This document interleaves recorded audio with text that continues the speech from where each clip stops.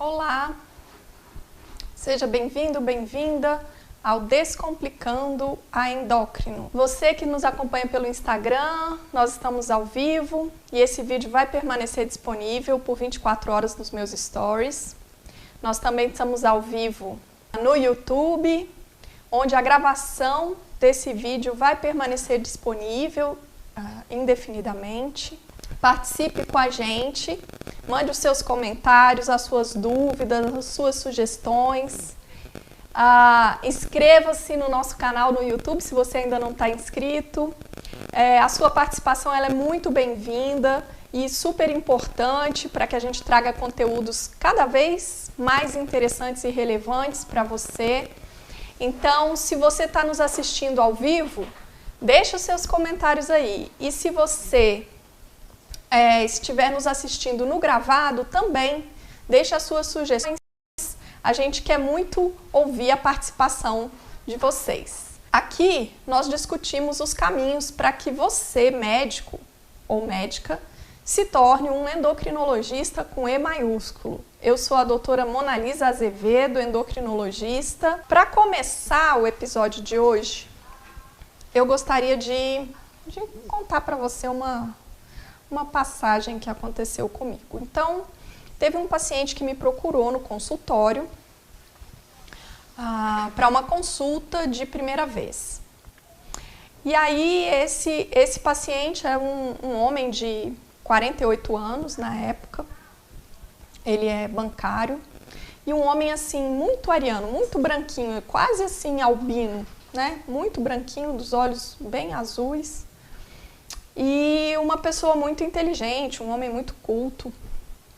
E ele veio para essa primeira consulta e, na verdade, ele já havia passado por uma outra endocrinologista e ele vinha me procurar para ouvir uma segunda opinião.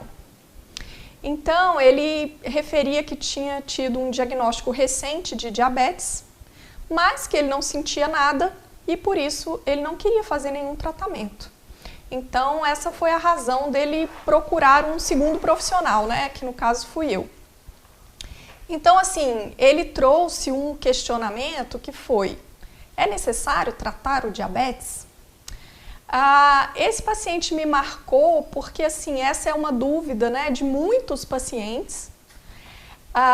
E essa dúvida, ela independe, né, do contexto sociocultural do paciente, né? Então, em todas as classes socioculturais e econômicas, essa dúvida paira, né? Então, na verdade, essa dúvida vai pairar também entre nós, né? Entre nós médicos, porque antes de mais nada a gente precisa ter uma clareza sobre isso. Essa pergunta tem que estar bem respondida para nós, para que a gente possa passar essa clareza também para os pacientes. Então, o que acontece? Na verdade, esse paciente que eu estou te contando, essa história, isso aconteceu, foi no início da minha carreira como endocrinologista, isso já tem muitos anos, né? Tem mais de 10 anos que esse paciente me procurou pela primeira vez. Bom, o fato é que, assim como esse meu paciente, a grande parte, se não a maioria, né, dos pacientes diabéticos, quando eles têm o diagnóstico, eles são assintomáticos, né? Então, assim, muitos descobrem o diagnóstico de diabetes ao acaso, né? Ou às vezes procuram um atendimento médico por outra razão e aí acabam fazendo exames e aí acabam tendo o diagnóstico de diabetes, ou então exames de rotina, né?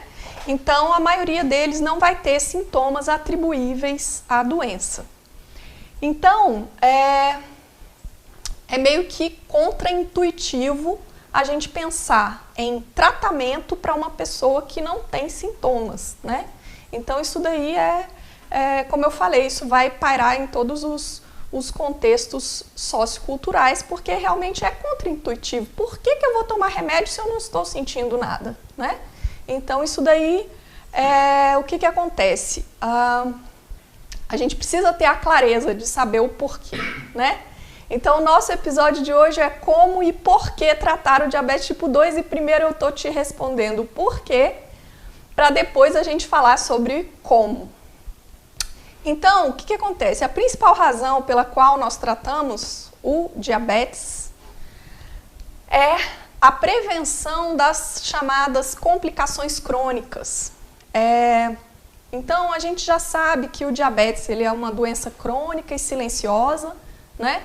E aí essa doença ela vai provocando um dano micro e macrovascular, que é um dano progressivo, lento, ao longo de anos, né? E silencioso, isso é muito importante, né? Então, é uma doença indolente. E aí, lá na frente, vai culminar com os desfechos, né, de complicações de nefro, retino, neuropatias e a doença cardiovascular, que é a principal causa de mortalidade no diabetes. Então, o que acontece? Essas complicações crônicas, se a gente fizer um controle glicêmico, se a gente fizer um tratamento para o diabetes, a gente consegue prevenir, né, o surgimento dessas complicações. E aí a gente divide as complicações em microvasculares e macrovasculares. A complicação macrovascular é aquela relacionada às doenças cardiovasculares e a complicação microvascular seria a nefropatia, a retinopatia e a neuropatia diabéticas. Então, e agora, como é que a gente sabe disso, né? Como é que a gente sabe que tratar o diabetes, ou seja, controlar a glicemia do paciente, vai prevenir as complicações crônicas, né? Então, na verdade, nós temos evidências científicas hoje robustas, né? Que nos embasam nesses conceitos, e essas evidências elas nos são providas pelos grandes estudos em diabetes. Então, a gente tem, ao longo dos anos, né, foram sendo realizados alguns estudos, e o que acontece? A gente tem o primeiro grande estudo em diabetes que tentou avaliar se a gente controlasse a glicemia, se a gente teria um impacto, né, sobre as complicações crônicas. Então, o primeiro grande estudo foi o chamado DCCT.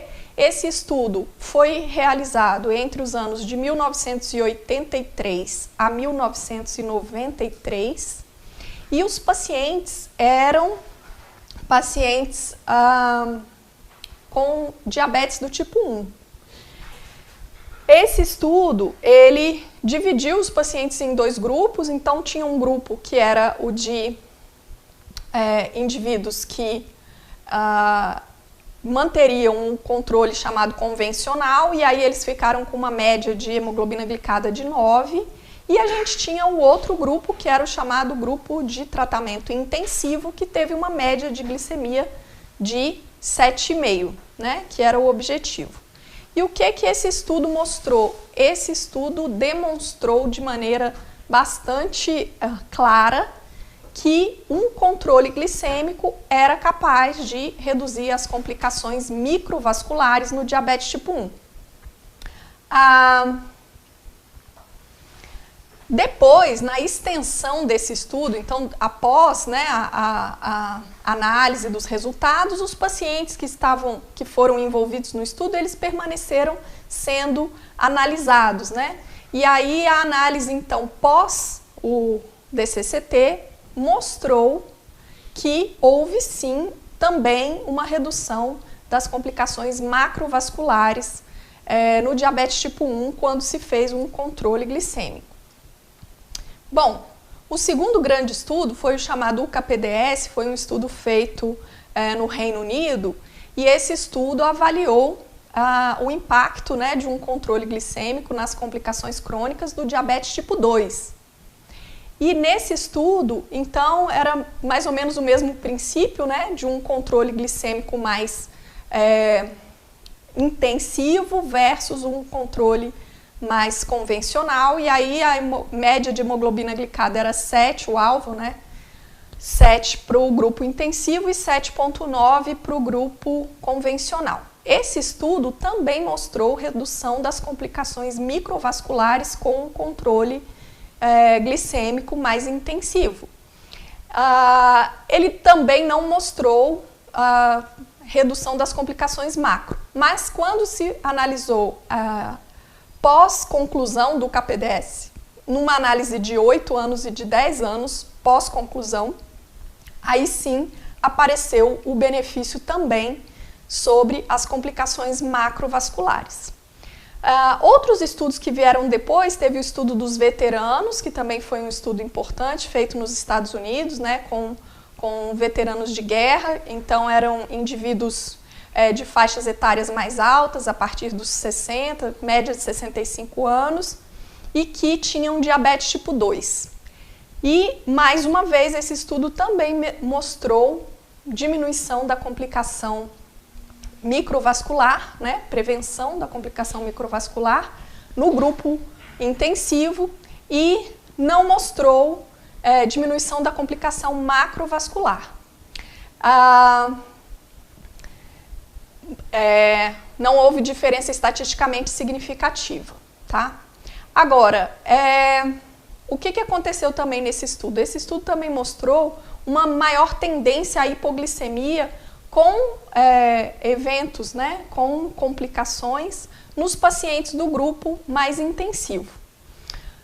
Bom, diante desses resultados, ainda existia uma dúvida grande, então ficou muito claro que tratar o diabetes e controlar a glicemia previne doença microvascular. A prevenção de doença macrovascular, ela foi menos assim robusta a evidência científica, mas com a extensão dos estudos se conseguiu observar isso. Mas um subgrupo específico dos pacientes diabéticos, que são aqueles com alto risco cardiovascular ou aqueles que já têm doença cardiovascular, esses ainda não haviam sido muito bem estudados nos estudos anteriores, né? Os estudos anteriores foram feitos com pacientes com um tempo de diagnóstico de diabetes menor, né? Pacientes recém-diagnosticados ou com poucos anos de doença e com pouca evidência de risco cardiovascular ou sem doença cardiovascular estabelecida. Então, os 2 próximos estudos foram desenhados justamente para tentar avaliar, poxa, será que num paciente diabético com doença cardiovascular estabelecida ou aquele com um risco cardiovascular elevado, será que ele também vai se beneficiar de um bom controle glicêmico? Inclusive, a pergunta foi um pouco além, foi assim, será que a gente fazer um controle mais intensivo ainda, né? Um controle mais restritivo da glicemia, será que isso vai prevenir as complicações cardiovasculares? Será que isso vai diminuir a morte por todas as causas e a morte cardiovascular? Será que isso vai diminuir os eventos, né? Infarto, AVC? Então, teve 2 estudos que foram desenhados assim, teve o Advance e teve o Accord. O que aconteceu foi que o Advance, ele desenhou um modelo para controle intensivo com meta de hemoglobina glicada menor do que 6,5 versus um controle convencional de glicada de 7,3. E aí, nesse estudo, houve mais uma vez a comprovação de diminuição do risco de doença microvascular. Mas para a doença macrovascular não houve diferença estatisticamente significativa entre os 2 grupos. Por outro lado, o número de hipoglicemias foi maior no grupo de controle intensivo. E isso gerou, né, uma preocupação, porque a mortalidade também tendeu a ser um pouco maior no grupo com o controle mais intensivo. O próximo estudo, que foi o Accord, ele tinha como meta a hemoglobina glicada no grupo intensivo menor do que 6. Lembrando, esses 2 estudos eles foram desenhados para pacientes mais idosos, né, de faixas etárias mais elevadas e que já tinham doença cardiovascular estabelecida ou que tinham um alto risco para a doença cardiovascular. E aí o estudo Accord, ele foi interrompido antes de terminar. Por quê? Porque esse grupo de controle intensivo, neste grupo, os pacientes apresentavam episódios de hipoglicemia mais frequentes, mas o mais importante, nesse grupo houve aumento da mortalidade. Então, esse estudo acabou sendo interrompido antes, né, da sua conclusão, justamente porque o grupo de controle intensivo estava morrendo mais. Então, a partir daí, desses resultados, se a gente olha esse histórico, né, desses 5 grandes estudos em diabetes, existem vários outros estudos, mas esses foram os que mais impactaram, né, nas condutas e decisões que a gente aplica hoje. Então, com base nesses resultados, é que a gente tem aqueles números mágicos, né? Então, o que é um bom controle glicêmico? Um bom controle é uma hemoglobina glicada menor do que 7. Esse número mágico 7 aí tem tudo a ver com os resultados desses estudos e, na verdade, o número 7 ele vai servir de uma maneira geral, mas a gente vai fazer uma individualização, né, dos grupos. Então, por exemplo, indivíduos idosos de alto risco cardiovascular ou já com doença cardiovascular estabelecida, a gente vai afrouxar um pouco isso, né? Então, a nossa meta não vai ser 7, vai ser um pouco mais, né? Por outro lado, se a gente está diante de um paciente muito motivado, um paciente jovem, que adere às condutas, que tem facilidade de acesso ao atendimento médico, que tem boa compreensão, né, das condutas, a gente pode até almejar uma hemoglobina glicada como meta inferior a 7, por exemplo, 6,5. Então, e tudo isso, todas essas informações são com base nesses grandes estudos que vão, então, embasar as nossas condutas. Depois desses estudos, vieram vários outros, e até hoje, né, a gente tem sempre vários estudos em andamento, então tem o Verify, tem o Líder, tem o Canvas, enfim, inúmeros estudos que vão nos ajudando a preencher mais, né, esse dominó que leva aos caminhos para que a gente possa tomar as melhores condutas no tratamento do diabetes. Então, quando um paciente nos pergunta, mas por que eu preciso tratar, né, se eu não estou sentindo nada? Então, assim, a gente tem esse embasamento. Olha, o tratamento é importante porque ele previne as complicações crônicas, tanto micro como macrovasculares, né? Desde que a gente leve em consideração todas as nuances, né, e os aspectos individualizados, mas de uma maneira geral é isso, é que o tratamento previne as complicações crônicas, então com isso ele reduz a morbidade e reduz a mortalidade do diabetes, mesmo que a pessoa hoje não esteja sentindo nada, né? Bom, então dito isso, agora a gente vai falar um pouco sobre como fazer, né? Então, como que a gente faz o tratamento do diabetes tipo 2? A gente tem alguns princípios gerais, né? E aí eu queria trazer algumas informações que são bem práticas, assim, o que a gente, né, os conceitos e como que a gente aplica eles na prática. Então, a primeira coisa olha, é muito importante a aplicação de mudanças no estilo de vida, né? Então, combate à obesidade, ao sedentarismo, à interrupção do tabagismo, né? A perda de peso para aqueles pacientes que estão acima do peso, são condutas gerais aplicáveis a 100% dos pacientes. Então, todo paciente diabético ele deve receber uma orientação em relação a mudanças no estilo de vida, que visando a um estilo de vida que se adeque mais a uma condição saudável e que melhore, então, o seu diabetes, inclusive. Número 2, a gente tem o tratamento medicamentoso. Bom, e aí vamos lá, a gente tem várias classes de medicamentos para tratar o diabetes tipo 2, né? Eu vou só listar aqui rapidamente. Então a gente tem a metformina, a gente tem as sulfonilureias, nós temos as glinidas, a carbose, aí nós temos as gliptinas, os análogos do GLP-1, os inibidores do SGLT2 e as insulinas. Então a gente tem 1, 2, 3, 4, 5, 6, 7, 8 modalidades, né? 8 classes para tratamento, seriam para tratamento do diabetes tipo 2. E aí vem assim, qual que é a primeira escolha? Bom, a primeira escolha é a metformina. Eu acho que isso daí está bem claro, né? Que a metformina é a primeira escolha. E aí eu queria falar um pouquinho porquê, né? Do porquê disso. Então, a metformina ela é utilizada desde 1965 aqui no nosso país. Nos Estados Unidos ela é usada desde 1995. Ela é uma droga que age basicamente diminuindo a resistência à insulina no fígado. E o mecanismo molecular para a ação da metformina, embora ela seja uma droga bem antiga, né?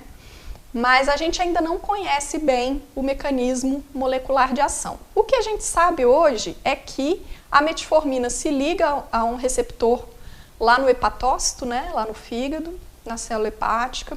E aí ela vai inibir o complexo 1 das mitocôndrias, o complexo mitocondrial. E isso vai ativar a AMP quinase, que é uma enzima intracelular. E com isso, a ativação da AMP quinase vai estimular várias vias, né, intracelulares. E isso vai melhorar a sensibilidade à insulina em última análise. Bom, a metformina, o que ela tem de efeito colateral? É basicamente efeito sobre o trato gastrointestinal, é muito comum, né? O paciente que começa a usar a metformina, ele se queixa de epigastralgia, náuseas, né? Às vezes também pode ter alteração do trânsito intestinal, pode ter diarreia. E esses efeitos sobre o trato gastrointestinal, eles costumam ceder com o tempo. Então, uma forma, né, bastante eficiente da gente driblar esses efeitos é iniciar a droga em doses mais baixas e ir aumentando progressivamente, de tal forma que o paciente passa a tolerar a medicação e aqueles efeitos desaparecem. Uma outra coisa que também é uma forma bastante útil, né, é que foi desenvolvida a formulação XR da metformina, que traz a vantagem de ser melhor tolerada, né? Então seria a metformina de liberação programada, que vai sendo liberada, né, ao longo das horas do dia. E aí com isso a gente tem uma taxa de efeitos colaterais menor, né, que é a formulação XR. Outro efeito colateral da metformina é a deficiência de vitamina B12, que pode acontecer com uso crônico por muitos anos da metformina. E isso, então, não pode ser negligenciado, né? Aquele paciente que usa esse medicamento por muitos anos, ele deve ter a sua vitamina B12 testada e fazer a reposição caso esteja indicada, né? Se tiver a deficiência comprovada. Uma outra possibilidade para efeito colateral da metformina é a possibilidade de acidose lática. Então, assim, aquele paciente que está internado, aquele paciente que vai ser submetido a um procedimento cirúrgico ou que está na vigência de uma doença aguda, né, descompensada, esse paciente ele não deve receber metformina, porque esse paciente ele já está sujeito à acidose lática. E aí a medicação favorece, né, ela tem como um potencial efeito colateral a acidose lática. Então, é um efeito bastante raro, né, colateral da metformina. A gente não se preocupa com ele no dia a dia, mas a gente vai preocupar quando o paciente estiver em condições que predispõem à acidose. E uma outra condição, né, que também vai ser limitante, né, para o uso da metformina, vai ser naquele paciente com insuficiência renal, com uma taxa de filtração glomerular abaixo de 30, esse paciente também não é candidato à metformina. Ou seja, são poucas exceções, né? Na maioria das vezes o paciente ele vai estar apto a usar, sim, a metformina. A dose de metformina para tratamento do diabetes, ela vai variar de 1.000 a 2.550 miligramas por dia. E aí a metformina clássica, né? Ela vai ser administrada após as refeições, né? Existe comprimido de 500 e comprimido de 850. A gente começa com uma dose mais baixa, por exemplo, meio comprimido por dia, 1 comprimido por dia, e aí vai aumentando gradativamente até atingir uma dose plena, né? A dose que possa ser realmente terapêutica para o diabetes. Na metformina XR, a administração é em dose única diária, porque o medicamento é de liberação prolongada. Então, o recomendado é que o paciente tome o comprimido à noite. Quando o paciente está usando doses maiores, né, de metformina XR e não está tendo resposta, eventualmente a gente pode utilizar um comprimido pela manhã, ou metade da dose pela manhã e metade da dose à noite. Mas o convencional, o clássico, é a gente utilizar a dose única à noite da metformina XR. Uma outra coisa que pode acontecer é comum os pacientes falarem, e muitas vezes a gente negligencia isso quando a gente está estudando, né, a metformina, é que a cápsula do medicamento ela pode ser eliminada inteira pelas fezes. Então, isso muitas vezes gera uma dúvida no paciente, né? Isso já aconteceu comigo várias vezes, o paciente falar, doutora, mas o remédio está saindo, né, pelas fezes. Na verdade, é só a cápsula, então isso é uma situação que é esperada, né, de acontecer, pode acontecer mesmo, e o paciente observar isso, que aquela cápsula está sendo eliminada, mas o medicamento ele é absorvido. Então, a gente pode tranquilizar o paciente em relação a isso. Bom, como eu falei, a metformina ela é a primeira escolha. Então, você deu o diagnóstico de diabetes tipo 2, você vai orientar mudanças no estilo de vida e prescrever metformina. Você só não vai fazer isso se o paciente tiver alguma contraindicação ou se ele for completamente intolerante, né? E aí você vai individualizar a escolha do primeiro agente. Aí você pode pensar em algum outro agente, né, dentre aquela lista de classes que a gente citou, e iniciar o tratamento com alguma dessas drogas, outras drogas. Bom, uma coisa importante é assim, você fala, eu dei diagnóstico de diabetes, mas, poxa, diabetes tipo 2 pode ser um paciente com hemoglobina glicada de 6,8, né? Ou até menos, né? 6,5, 6,6, isso já é diabetes tipo 2. Ou pode ser um paciente com hemoglobina glicada de 10, né? Então, assim, aí a gente tem também algumas peculiaridades em relação a isso. Por exemplo, se a hemoglobina glicada estiver acima de 1,5% além do alvo, então, por exemplo, é um paciente que eu falo assim, eu descobri hoje, né, eu dei o diagnóstico de diabetes e a meta para ele vai ser uma glicada de 7. E aí eu dou o diagnóstico, no diagnóstico ele está com a glicada de 8,9. Então, assim, a probabilidade de só a metformina mais as mudanças no estilo de vida serem suficientes para colocar essa hemoglobina glicada dentro da meta é pequena. Então, nesses casos, 1,5% acima da meta de glicada. Já é interessante a gente já iniciar com 2 fármacos, né? A metformina mais um.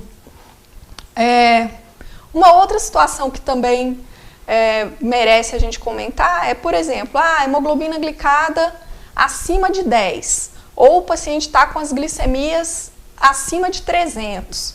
Então, assim, muitas vezes, nesse contexto, vai ser interessante a gente iniciar com insulina, pensando que, num segundo momento, a gente talvez consiga tirar a insulina e ir substituindo, né, ir acrescentando medicações orais até que a gente consiga suspender a insulina.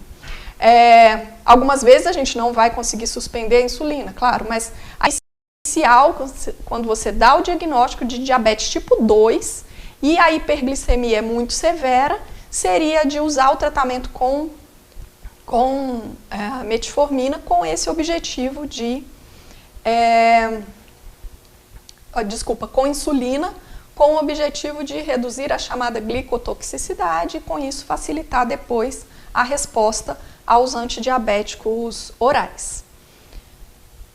Da mesma forma, se é um paciente com sinais de catabolismo, né? Um paciente com perda de peso, com várias queixas de pólise, mas com perda de peso associada, também é interessante a gente iniciar o tratamento com insulina. Bom, e a segunda droga? Como é que a gente vai pensar, né, em como escolher a segunda droga? Então, na verdade, funciona assim, você começa o tratamento com metformina. Suponhamos que o paciente vai iniciar em monoterapia, só metformina. E aí, com a metformina, o paciente está tolerando a medicação, está usando uma dose média da metformina, e aí você reavalia em até 3 meses, né? E 3 meses depois, ele já está com a metformina em uso da metformina regular, fez mudanças no estilo de vida e você olha a meta de glicada e ainda não atingiu a meta. O que você faz? Você pode aumentar a dose até chegar à dose máxima da metformina, né? Para ver o máximo que esse medicamento pode te oferecer. E aí, com a dose máxima de metformina, se o paciente ainda não atingiu a meta glicêmica, a gente precisa associar uma segunda droga. Ou, na eventualidade de o paciente ter uma contraindicação ou ser intolerante à metformina, num primeiro momento você também vai pensar em uma outra droga que não a metformina, certo? Então, seja para associar o tratamento, ou seja, para utilizar ao invés da metformina, a gente teria alguns aspectos para considerar, né? Então, qual droga que eu vou escolher mediante aquela lista de classes que a gente tem? Bom, a gente vai escolher com base nas características clínicas e também nas preferências do paciente. Então, olha só, tem uma informação aqui muito importante. Se o paciente já tiver doença cardiovascular aterosclerótica diagnosticada ou se ele for um paciente de alto risco para doença cardiovascular. O que é alto risco para doença cardiovascular? É um paciente com pelo menos 55 anos de idade, né? 55 ou mais, que tenha estenose coronariana, estenose carotídea ou de artérias de membros inferiores superior a 50%, ou que ele tenha uma hipertrofia ventricular esquerda. Ou então um paciente renal crônico ou um paciente já com diagnóstico de insuficiência cardíaca congestiva. Se o paciente se enquadrar em qualquer um desses critérios, se ele já tiver a doença aterosclerótica diagnosticada ou se ele for de alto risco, esse paciente ele vai se beneficiar ou de um inibidor de SGLT2 ou de um análogo do GLP-1. Isso por quê? Isso com base em dados de grandes estudos em diabetes. Então, voltando à questão dos grandes estudos em diabetes. Então, a gente tem grandes estudos em diabetes que mostraram que as drogas liraglutida, semaglutida e dulaglutida, as três que são análogos do GLP-1, e também a empagliflozina e a canagliflozina, que são inibidores do SGLT2, essas 5 drogas, elas se mostraram eficazes em diminuir os eventos e a mortalidade cardiovascular em pacientes que já têm diagnóstico ou que são de alto risco para doença cardiovascular. Então, isso significa dizer que a segunda droga, se a gente estiver diante de um paciente nessas condições, né, cumprindo esses critérios, a segunda droga necessariamente vai precisar ser ou um inibidor de SGLT2 ou um análogo do GLP-1, porque a gente já sabe que isso vai trazer benefício para o paciente. E olha só que interessante, mesmo que o paciente tenha um controle glicêmico adequado, por exemplo, ele está usando só metformina, e aí esse paciente ele vai merecer receber o tratamento adicional, né, com uma dessas drogas, mesmo que o controle glicêmico dele esteja bom. Por quê? Porque existe esse fator protetor, né, contra a doença cardiovascular então isso implica em uma indicação específica, né?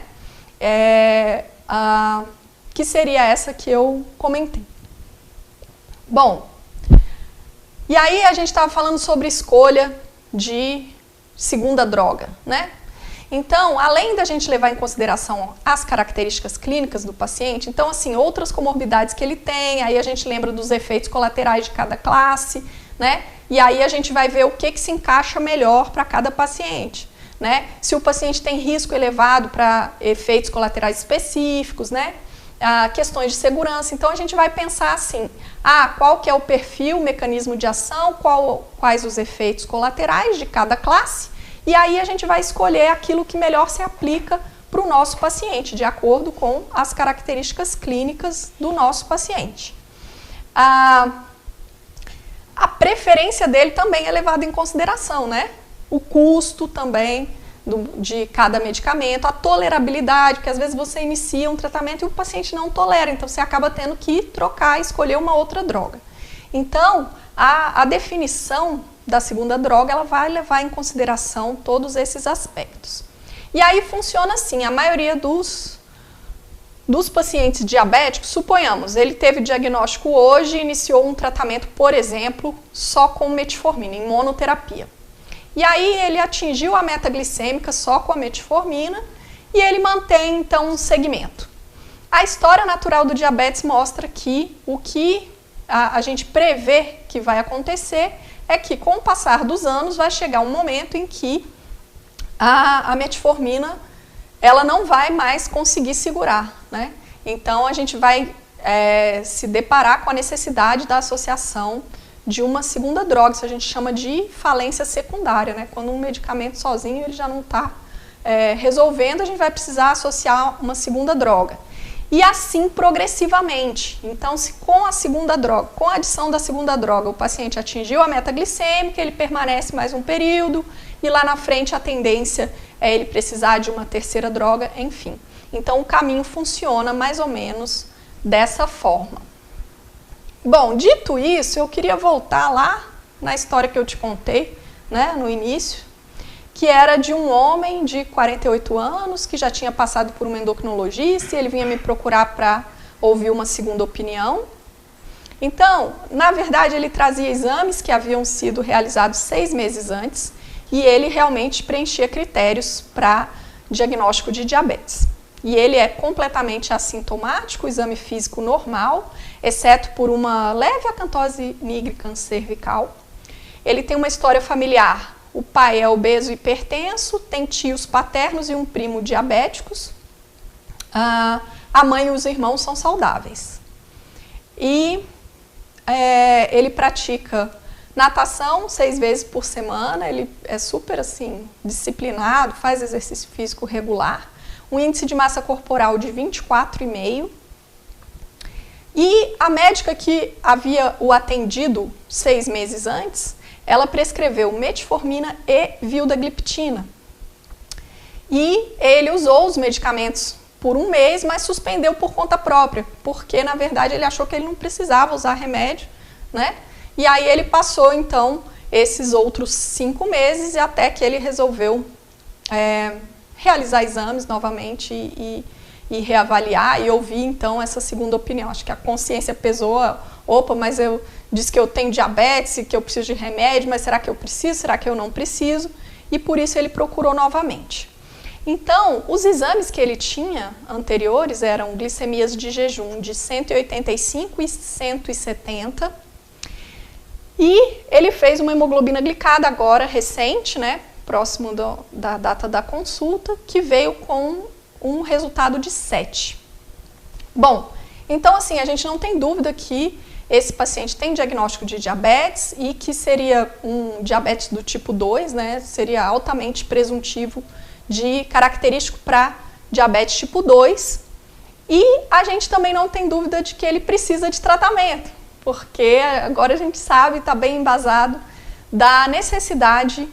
sobre a necessidade do tratamento. Para esse paciente, eu optei por iniciar a metformina, né? Ele iniciou com a dose de metformina XR de 1 grama por dia e por ele ser um paciente muito motivado, muito, né, assim, um paciente adulto jovem, 48 anos de idade, que é capaz, né, de se envolver e de ter um acesso às condutas médicas, né? Então, isso tudo nos traz um engajamento, né, possível. Isso tudo traz a tranquilidade da gente poder pensar em uma meta de hemoglobina glicada mais estrita, né? Então, no diagnóstico, ele tinha uma hemoglobina glicada de 7. E aí, 3 meses depois do uso da metformina, agora sim, né, um uso regular, e apenas de metformina, que ele começou em monoterapia, ele veio com uma hemoglobina glicada de 6. Então, mostrando, né, ter havido um bom controle, e assim ele foi mantido. E, como eu falei, isso aconteceu lá no início da minha vida profissional. Ele segue comigo até hoje, e anos depois a gente acabou associando a segunda droga para ele. Mas isso muitos anos depois. Bom, então é isso. Hoje nós discutimos primeiro por quê e depois como tratar o diabetes tipo 2. Quais seriam, né, os primeiros passos que você precisa dar, como que você deve raciocinar e iniciar, né, as condutas diante de um paciente que é recém-diagnosticado com diabetes tipo 2. Se você tem dúvidas, comentários, sugestões, participe com a gente. E compartilhe também com outros colegas médicos, que eu acredito que a gente compartilhando o conhecimento, isso só traz benefícios, né? E eu sou a doutora Monalisa Azevedo. Esse foi mais um episódio do Descomplicando a Endócrino. Toda segunda-feira, ao 12h20, a gente tem um encontro aqui ao vivo, tanto pelo Instagram como pelo YouTube. E esse programa também permanece gravado, então a gente se encontra na próxima segunda.